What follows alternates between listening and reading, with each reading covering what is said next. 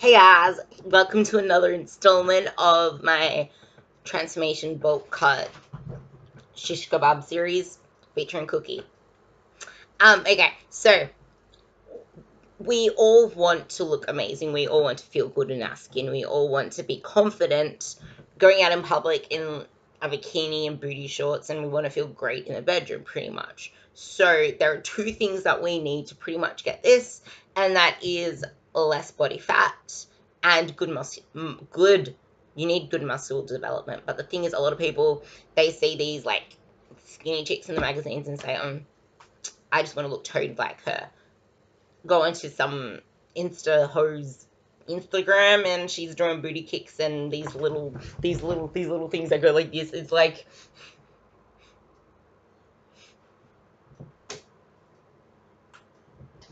oh, I just kicked my dog in the face. And then they do these little other things. They do these other things. They do these other things like this. And it's like this is like, there was a thing that came up on like you need progressive overload to actually cause enough stimulus in the muscle to make it grow. And you need that as muscle development. That's what gives you the shapely curves. But then there are people that actually want to take it a step further and get bigger muscles. There's a difference between muscle development and muscle super growth. It's slight, but not too slight. Like, you need to be constantly forcing yourself into crazy amounts of muscle growth and overfeeding periods, and just doing everything you can to put on as much muscle as possible, and training pretty much like an idiot sometimes as well. And by an idiot, I mean intense, not like a bro. So, gaining muscle and losing fat. The thing is, this can be achieved for some people, and beginners, if you're coming off from a layoff, and if you're starting off pretty overweight. So let's say beginners, the stimulus is so fresh that because you're providing a consistent overload, and your muscles are like, to start with, the neural adaptations will kick in within the first 4 weeks. Then you'll start seeing strength improvements. You'll start seeing growth in your muscles, because your muscles are desensitized. Like, they don't know the stimulus. So what happens? You apply shitloads of trauma to a muscle, it's going to need to adapt so that it can withstand that force later on. So what does it do? It gets, like, it does its breakdown, damage, whatever, and then it needs to take fuels from your body to repair itself. So it grows so that it can withstand the forces in the future. And then the overweight and the obese. So yeah, this is because they already have a large surplus of stored energy within their bodies. So that can be used as energy to actually build the muscle. So you can be in a deficit, and your body, if it needs to grow the muscle, it will take the stored energy from your body to do its muscle building processes in the overweight and the obese. And then there's the detrained. So you're pretty much coming back as like a beginner, pretty much. But the difference is that in training, like, this isn't for beginners that took a little layoff and came back. This is for like advanced trainers that took a layoff and came back. And that's because when you train, your muscles create myonuclei, which is like more little muscle brains, let's just say muscle brains. So they're still there. So you might lose the size and stuff, but the myonuclei that you create when you're building muscle remain. So that whole muscle memory thing does exist, and those myonuclei, they stay in the muscle longer than the actual muscle tissue itself. So once you provide muscle stimulus to it again, you will return back to your previous condition as your training returns and continues. So those are the three circumstances where you can gain muscle and lose fat. Now, like I was saying before, you see these people in the magazines. They do put stimulus onto the body. And what I was saying about training pretty bro, like training like an idiot, I don't mean training like an idiot per se as that. I mean like a lot of volume in your training and consistent volume overload, like lots and lots of reps. And you know how they say that high reps equals freaking like high reps equals toning. It like high reps is hypertrophy. That's volume training. That's what's going to grow the muscle. Like if you for like you can like if you look at some CrossFit athletes or some boxing people, or like there are some powerlifters as well. Like people that focus purely on power and purely on strength, they're not performing a lot of volume within their training. But the thing is, because you're also not using a lot of energy expenditure to perform the volume, your eating needs to be really under control so that you are not overfeeding to your expenditure. I will never say train and exercise with weights to create an energy deficit, but what I'm saying is that it does help a lot because it's energy expenditure and your body needs to use oxygen and needs to, the mitochondria is like the energy utilization, energy burning thingy where it actually uses the carbs and the fats and stuff to provide energy to your body. So your body upregulates mitochondria and stuff when you're doing aerobic work, but at the same time, it needs that energy system to, I'm trying to think of simple ways to put it to you, but basically said, your body needs to use fuels to recover as well as to train. So in building the muscle building is an expensive metabolic process, and maintaining it is pretty, like, it's 3 times more metabolically active than maintaining fat. So even though it is only about 13 calories extra per kilo of muscle, it is still 3 times more metabolically active than fat. And that is saying something. Like, it can say a hell of a lot if you're holding like 30 kilos of fat compared to like 30 kilos of muscle. Because let's just say that's 900 extra calories you're burning versus 300. So 300 and 900. That's just random numbers that I can do mathematics with. It's in my head. So that's like an extra 600 calories. That's like an extra freaking box of cereal. Maybe a chocolate bar. I don't know because I don't eat chocolate, but I know that it could be a cereal box. Anyway, so either way, if your goal is to maximize growth, a little bit of body fat storage is going to come with that anyway. And even if you go slowly, you will still get body fat with it. But if you overshoot your muscle growth phase, then you will overshoot your fat storage phase until it comes to a point where your fat gain is not in proportion to your, like, way out of proportion to your muscle gain. So you might start off here with like pretty even growth, and then the fat starts going up. But then if you overshoot it, it could go like that.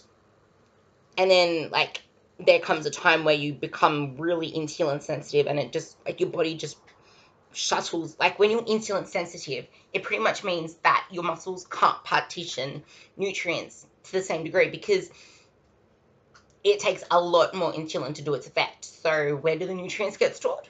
In the fat cells. So it, instead of shuttling itself to the muscles to do what they need to do and maintain, like, and muscle synthesize stuff, that goes to the fat cells. So yeah, pretty much. I wrote notes so I can make sure I cover everything because I actually want to put these into articles. I might put them onto my site, or I might submit them somewhere. But pretty much nutrition partitioning is something to be aware of when it comes to the additional calories, because they will go into fat storage versus muscle growth. The more insulin resistant you are, the more that goes to fat. So the more fat mass you hold, the more insulin resistant you are, which is why I'm so against the traditional methods of bulking and cutting. So if you do it smart and not overshoot it, and take your reversing or off-season or building whatever, if you take that seriously, then you won't overshoot it. You'll be actually coming out of it in a, like, if you have the proper program afterwards. If you do it smart, then you will set off any excess fat gain, and you'll have a better hormonal environment for growth with better insulin sensitivity. So if you're overshooting it so much, you could actually become leptin resistant, where your body doesn't know when you're full, pretty much. So that's something to really keep in mind.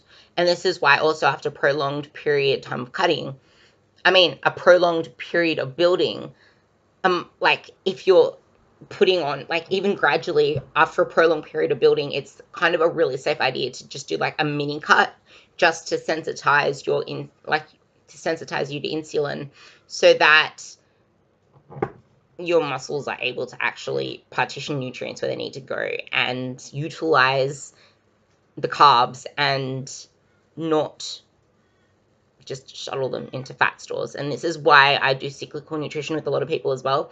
So I could do 7 days of a deficit with 3 days of maintenance if what they're aiming for is a cut. So what the 7 days in deficit will do is, like, effectively they'll be losing weight because in that whole 10 weeks they're overall in a deficit. But the 3 days at maintenance is enough to restore the leptin and ghrelin levels, and like it helps them not get so hungry and feel deprived. And in those 3 days they can focus on performance, they can focus on strength, and they can keep, like, they can actually, in those 3 days, they will actually have the nutrients they need to go into the muscle synthesis process. So I've seen some great results with my clients in doing that. And I have another client who's in a bulk. He has, I think now he's on, I think I increased it. He's on 9 days in a surplus, followed by 2 days at maintenance. Wait, no, 3 days at maintenance and 9 days in a surplus. So those 3 days at maintenance are allowing his body to eat less. He doesn't need to shuttle so much in. Actually, I think they're in a slight deficit, and his carbs are dropped quite a bit, so that when we do increase the carbs in the surplus phase, he's more like, he's not just shuttling a whole shitload of carbs in 24/7. Like, he has 3 days where his body's able to, like, adapt, kind of thing. Wait, fight the adaptation. That's what I meant. Fight the adaptation kind of thing. So pretty much those 3 days when you're in a deficit will provide enough fuel for muscle growth and preservation when you're in a cut. And those 2-3 days, if you're doing a bulk, will do their little magic thing. Anyway, so that's how I usually do things with my clients, but I like to keep a really close eye on them to make sure that it is going in the way that it's supposed to be going. And if they're not responding well, then I adjust accordingly. But only my really advanced clients do that. Like, if you're just starting out with me, I'm not going to put you into some mind fuck. Like, I'm all about stopping mental masturbation. So if you're a newbie, and when I say that, you're within your first year, like, I do this with people that have been with me for over 2 years, or people that have been doing this type of thing for over 2 years themselves, and then they come to me and they have to at least be working with me for 5 to 6 months so I can learn their body, learn their personality, because personality is so important when it comes to my programming. And then I'll be able to, like, periodize their nutrition accordingly. So yeah, overshooting your fat to muscle gain in a building phase will just poop away time, because this is the most important thing. So hi, this is the most important thing. So I really want to get your attention with this. But if you're overshooting your muscle to, like, your fat to muscle ratio when you're gaining, it's literally, you're pooping away your time. You're wasting any time, because what do you need to do to get rid of the fat? You're going to need to go into a cut again. And this is why I'm against the bulking and cutting cycles, because to then lose that extra fat, in that deficit, if you're doing a proper cut, you're going to be, at best, preserving muscle. You're not going to be gaining it. Unless you completely change up your training stimulus so that you can focus on something else like strength or something, so that when you come back, you can be better at what you're doing. You're still putting everything on hold. And that is why when I was comp prepping for years and years, for seasons and seasons without break, I was not really growing that much. Like, if I compared myself from the first comp to the very last one I did, which was 2 years apart, I had slight growth, not much. The only growth I had, like, the reason I looked so much bigger was because the first comp, I had no clue what I was doing. I was so carb depleted. And then you, like, compare me to my next comp, and I'm like, wow, I look so much bigger, but I know exactly why. And, like, I was so carb depleted the first time. I was stringy as anything. And in the last one, I didn't even cut my carbs out. I was just eating, like, a lower amount of carbs. Like, I was still on shit calories, but my fats were, like, non-existent, because I wanted, like, those carbs were filling me up. And it was only towards the end that I implemented the carbs so that the carbs can pull in the fat and hold the fat can pull the carbs in and hold the carbs there. And I was also hydrated that time because I knew that you needed to drink water. So some little nifty things that I learnt in doing my comp prep, which is the whole idea of doing them all. So it's really important to not just poop away your time by overshooting your fat gain.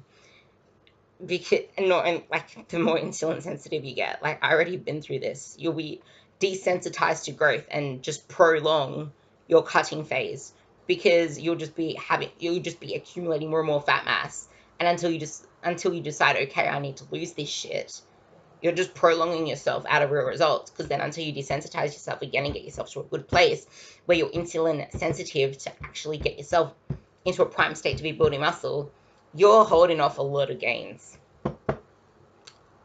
And no one has time for that.